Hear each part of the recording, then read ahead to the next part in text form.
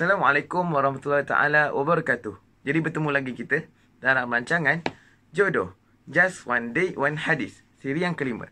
Jadi pada siri kali ini kita akan cuba hafal hadis yang berkaitan dengan niat. Sesuatu benda yang tak nampak tapi ia ada. Hadis yang berbunyi, An Umar ibn Khattab radhiyallahu anhu qala sami'tu Rasulullah sallallahu alaihi wasallam yaqul innamal a'malu binniyat. Innamal a'malu binniyat. Maksudnya apa?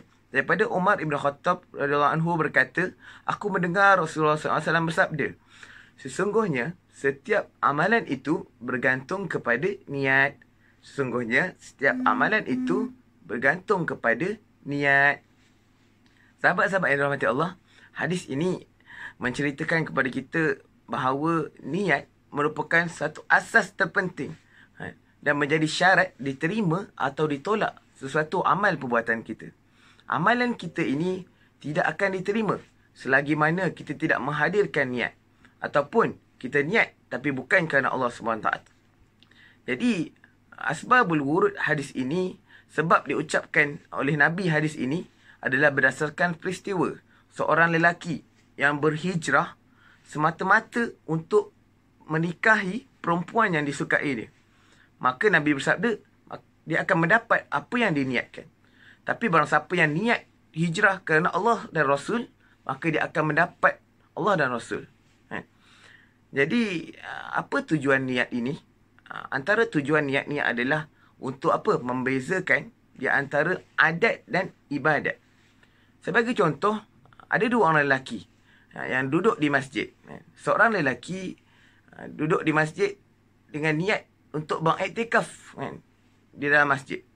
Manakala seorang lelaki yang lain, dia duduk di masjid semata-mata untuk berehat-rehat ataupun untuk tidur. Maka yang membezakan amalan kedua ini adalah niat tersebut. Seorang mendapat pahala ibadah iktikaf, manakala seorang hanya tidak mendapat apa-apa, dapat rehat saja. Tidak dikira sebagai ibadah, hanya adat. Itu contoh.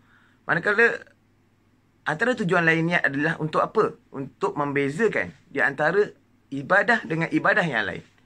Sebagai contoh, apa yang membezakan di antara solat fardu zuhur dengan solat qada zuhur? Lelaki ni, ada dua orang lelaki. Seorang buat solat zuhur, satu lagi buat qada solat zuhur. Apa yang membezakan dia? Kedua-duanya sama, betul tak? 4 rakaat yang sama. 4 rakaat kan? Yang membezakannya adalah niat.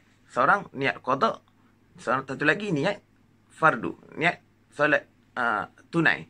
Itulah antara tujuan niat ini. Jadi insya-Allah sama-samalah kita untuk sentiasa perbaharui niat kita kan, dan sentiasa cuba untuk berusaha untuk melakukan setiap perbuatan ini kita niatkan kerana Allah Subhanahu Wa Taala. Jadi semoga mendapat manfaat daripada video kali ini. Jadi bertemu lagi kita dalam rancangan Jodoh. Assalamualaikum warahmatullahi wabarakatuh.